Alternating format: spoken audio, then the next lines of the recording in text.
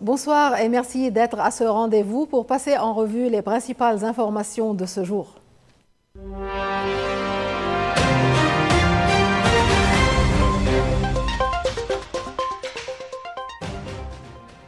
Une nouvelle violation du cessez-le-feu conclue il y a près d'un an.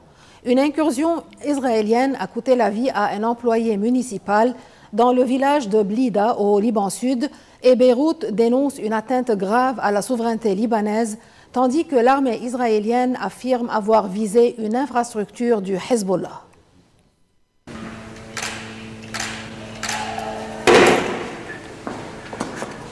Dans le village frontalier de Blida, le bâtiment municipal porte les traces d'une opération israélienne. L'homme tué, Ibrahim Salameh, employé de la municipalité, dormait sur place lorsqu'une unité a fait irruption à plus d'1 kilomètre de la ligne bleue. Selon un témoin, les soldats israéliens sont restés des heures. Il ajoute « Nous avions peur de sortir, on ne comprenait pas ce qui se passait ». Le président Joseph Aoun a demandé à l'armée de s'opposer à toute incursion israélienne. Sur X, le Premier ministre Nawaf Salam a dénoncé une agression flagrante contre les institutions de l'État et sa souveraineté. Une réaction directe à une incursion qui relance la question du respect de cessez-le-feu entré en vigueur en novembre 2024. Face aux accusations, l'armée israélienne confirme être intervenue, affirmant avoir neutralisé une menace directe dans un bâtiment abritant, selon elle, une infrastructure du Hezbollah. Et ce n'est pas un incident isolé. Dans le village voisin de Hadaïseh, une unité israélienne a dynamité un local religieux. Selon l'ONU, 111 civils ont été tués au Liban par des forces israéliennes depuis la fin de la guerre l'an dernier. Une statistique qui alarme Washington, engagée dans la surveillance de cessez-le-feu aux côtés du Liban, d'Israël, de l'ONU et de la France. L'émissaire américain Morgan Ortagus a exhorté l'armée libanaise à reprendre le contrôle exclusif des armes au sud avant la fin de l'année. Et alors que les frappes israéliennes se multiplient, la crainte d'une reprise du conflit hante à nouveau le sud du Liban.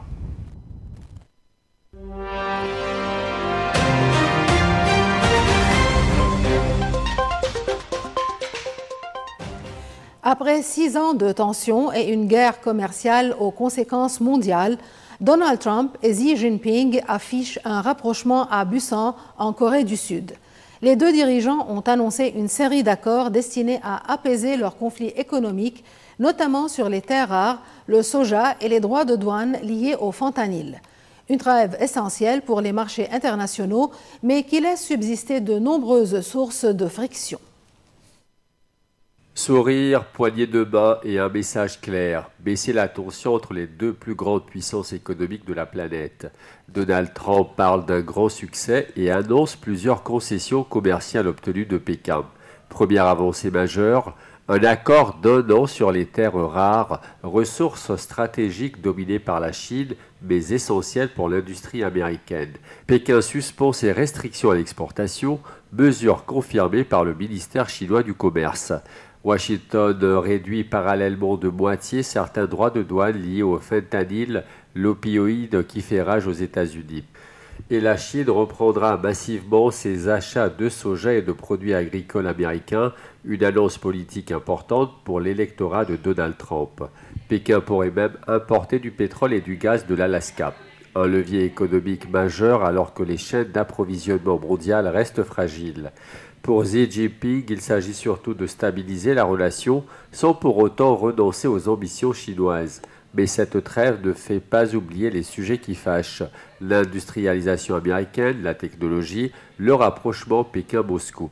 Et un absent notable des discussions, Taïwan. Signe d'un contexte stratégique toujours explosif. Juste avant la rencontre, Donald Trump a ordonné la reprise immédiate des essais d'armes nucléaires américaines dans un jeu de pression envers la Russie et la Chine. Après 1h40 d'entretien, les deux dirigeants sont repartis sans déclaration commune, mais avec la promesse de se revoir. Donald Trump se rendra en Chine au printemps prochain et a invité Xi Jinping aux États-Unis. Une accalmie donc, mais fragile. Les contentieux commerciaux et géopolitiques restent profonds. En effet, Donald Trump ravive les inquiétudes autour de la course nucléaire. le président américain a ordonné au Pentagone de reprendre les essais d'armement nucléaire, une première depuis des décennies. Une décision aux fortes conséquences géopolitiques avant sa rencontre avec son homologue chinois en Corée du Sud, alors que Moscou poursuit également ses propres tests. Dans un post publié sur son réseau Truth Social, Donald Trump annonce avoir ordonné au ministère de la Guerre, le Pentagone, de commencer immédiatement des essais nucléaires. Le président américain assure vouloir agir à armes égales avec Moscou et Pékin. Une référence directe aux tests militaires récents de la Russie. Dimanche, Vladimir Poutine s'était félicité du test final du missile Bourevestnik, un engin à propulsion nucléaire à portée illimitée, théoriquement capable d'échapper à toute interception. Mercredi, le maître du Kremlin a annoncé un nouvel essai, celui du drone sous-marin Poséidon, lui aussi à propulsion nucléaire, présenté comme inévitable et impossible à neutraliser. Donald Trump avait jugé ces annonces inappropriées, demandant à Moscou de mettre fin à la guerre en Ukraine. Mais la réponse américaine prend un tout autre tournant. Plus de dissuasion militaire et plus de tests atomiques. Dans son message, Trump vante la supériorité nucléaire américaine. Nous avons plus d'armes que n'importe quel pays. Il prévient toutefois que la Chine rattrapera son retard d'ici 5 ans. Cette escalade verbale intervient à la veille de sa rencontre avec Xi Jinping à Gyeongju, en Corée du Sud. Une entrevue cruciale dédiée officiellement à la trêve commerciale, mais désormais lestée d'une forte dimension stratégique et nucléaire. Une annonce lourde de conséquences. Washington n'avait plus procédé à des essais nucléaires depuis les années 1990. Entre Russie, Chine et États-Unis, la course à la puissance reprend, au risque de raviver une nouvelle ère de confrontation nucléaire. Aux Philippines, dans le nord de Manille, un cimetière devient le dernier refuge de milliers de familles démunies. Plus de 6000 personnes vivent parmi les tombes du cimetière nord, faute d'un toit décent dans une capitale qui étouffe sous la crise du logement. Une réalité glaçante où les vivants luttent pour survivre au milieu des morts. Entre les stèles et les caveaux, une porte en bois bricolé. C'est ici, dans le cimetière nord de Manille, que Liléa Cuetara, 36 ans, élève ses 2 enfants. La cabane est minuscule, un matelas, quelques photos, une petite télévision. Et même un cercueil d'enfants transformé en table. La seule option pour une famille rejetée à la rue il y a plus de 15 ans. Comme elle, 6000 personnes vivent ici. Elles survivent grâce à la vente de snacks aux visiteurs des défunts et à une maigre prime perçue pour entretenir des tombes avant la Toussaint. Selon l'ONU, 22 millions de Philippins pourraient être privés de logement d'ici 2040.